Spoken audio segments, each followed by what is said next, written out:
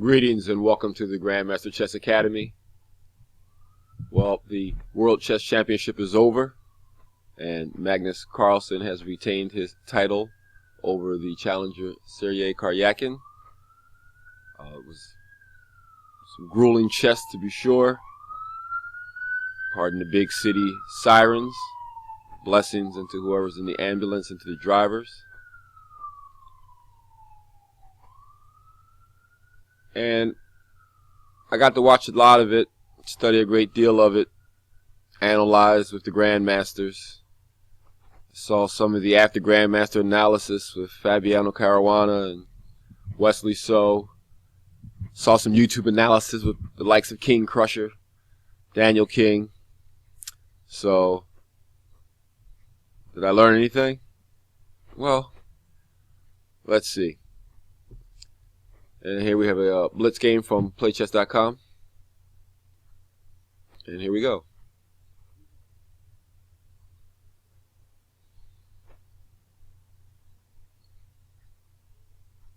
Alright, so we have a Sicilian, which often promises to be fun, as you can see by... Guess you can't see, I can open the window. Well, we have the likes of Magnus Carlsen, of course, and all top players. No real moves going on yet. So let's get into the game and find out what happens in all the action. Because it's Sicilian, and these are action-packed games.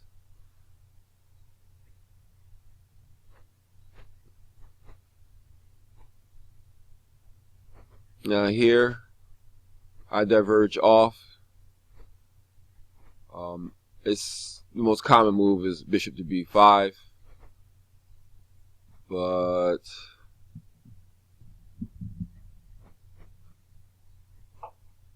I didn't go that route. I decided to take an Italian-esque perspective on the position. Which quickly left the Super Grandmaster world.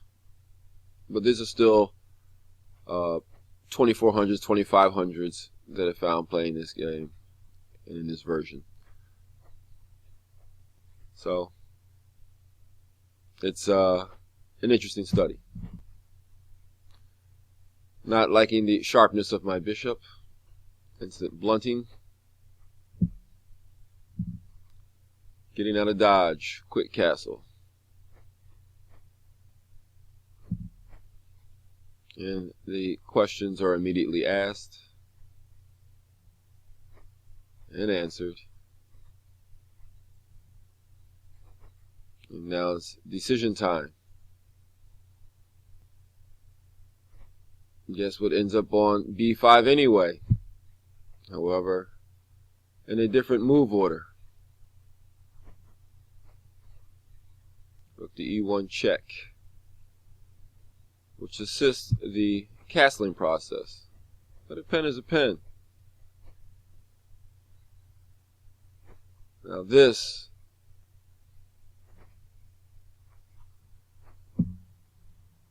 bishop to b5 taking care of this problem, creating a secondary pen, really only prompts the text, which is a castle.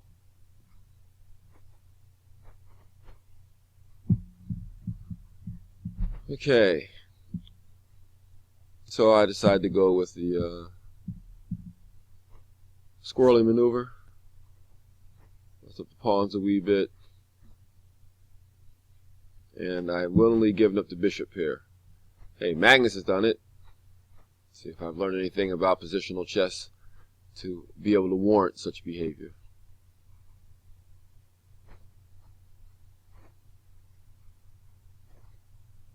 Attacking the center.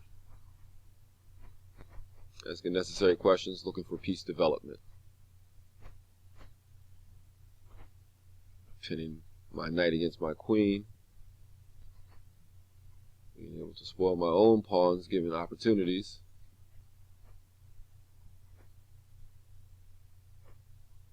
Ask the question, how serious are you? Holds the pin. So Now I don't have to worry about my pawns being tore up because I can dig in with my bishop.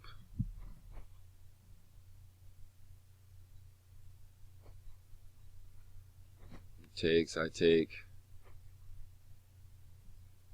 And the next pin is set, looking for the exchange.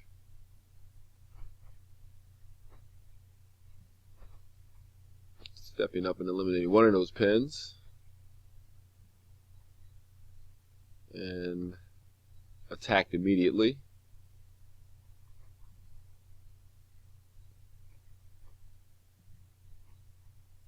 And this pretty much forces this, otherwise he gets the pin with the pawn and the skewer and or the fork.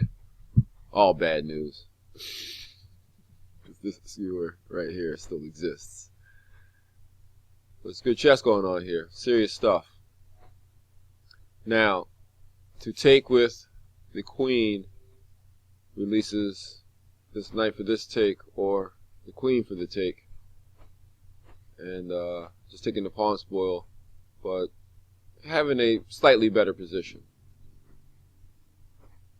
As it stands now, we're about even.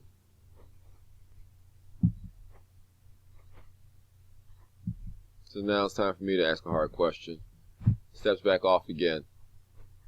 Here I pause for a moment and think. Say, okay. This person's name is Garito Kasparito, who I am playing against. That is the handle they go by. So essentially, GM Chess Academy against Garito Kasparito. I decide to go for it. See what kind of positional game I can create. And give up the exchange. But also getting rid of the bishop pair.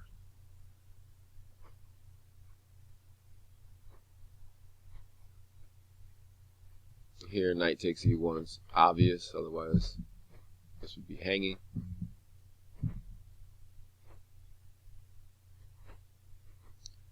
Here, Stockfish suggested rook to e8 at a depth of 27. But this was the move of choice by Mr. Kasparito. There was also another variation.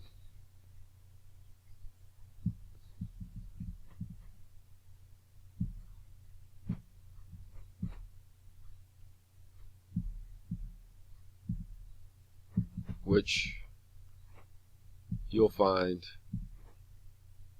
is interesting. Give the last for this, but then this becomes more problematic. And black's pawn structure is a little better. King side definitely better. So, just an interesting variation. But rook to b8 is what was played. And as you can see, a lot of the ideas play through anyway. I'll even show you this variation.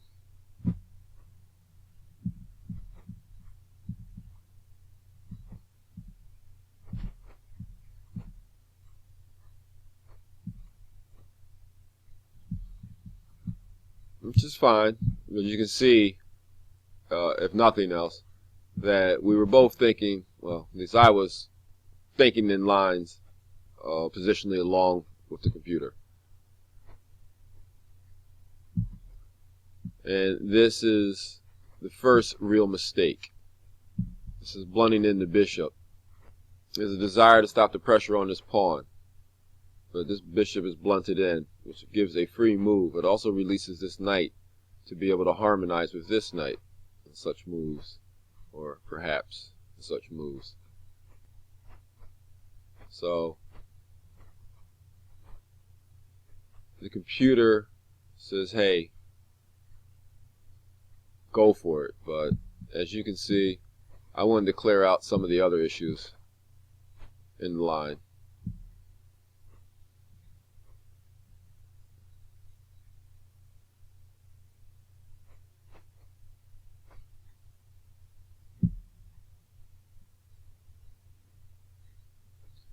And here, rook to e8 is called for again. but not found. Instead, this fatal flaw move, looking to create a blockade, I suppose, just missing obvious things like the control of this pawn and easily pushback attacks, developing, allowing the passed pawn to start running for free, just tempi for no good reason. There was time trouble going on, to be sure. This was a 3-minute, 2-second plus 2-second game. So Garito, Kasparito, my Hispanic friend, wasn't making the best choices. Mostly playing on increment by this point. I believe I still had a minute on my clock.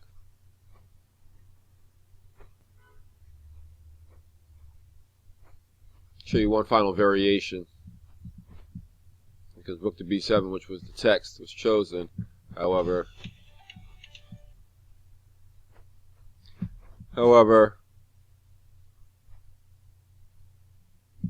this is shown as a variation by the computer that is actually equal. Alright, and that final variation, maybe one more. I like to get understandings of what the position is really talking about. But rook to b7 was chosen, and now this position is lost for black.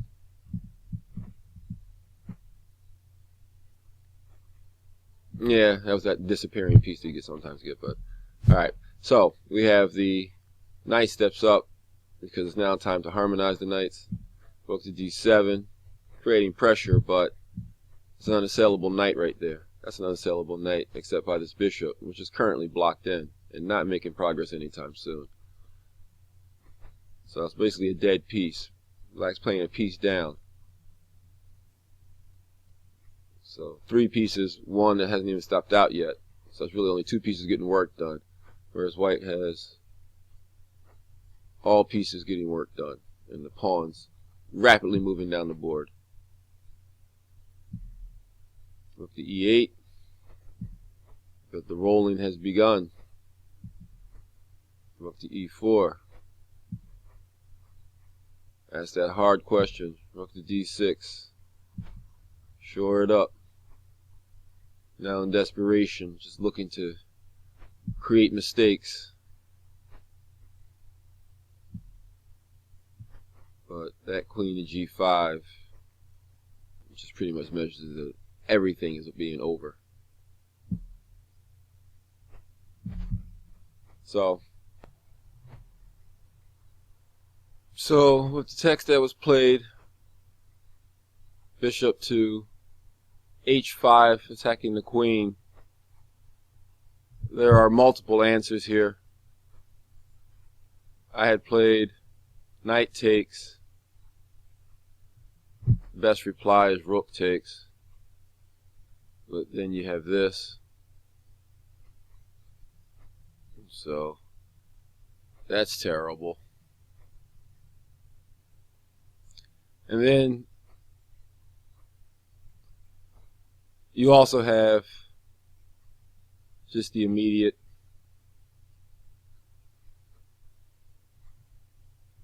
king steps up, queen steps over.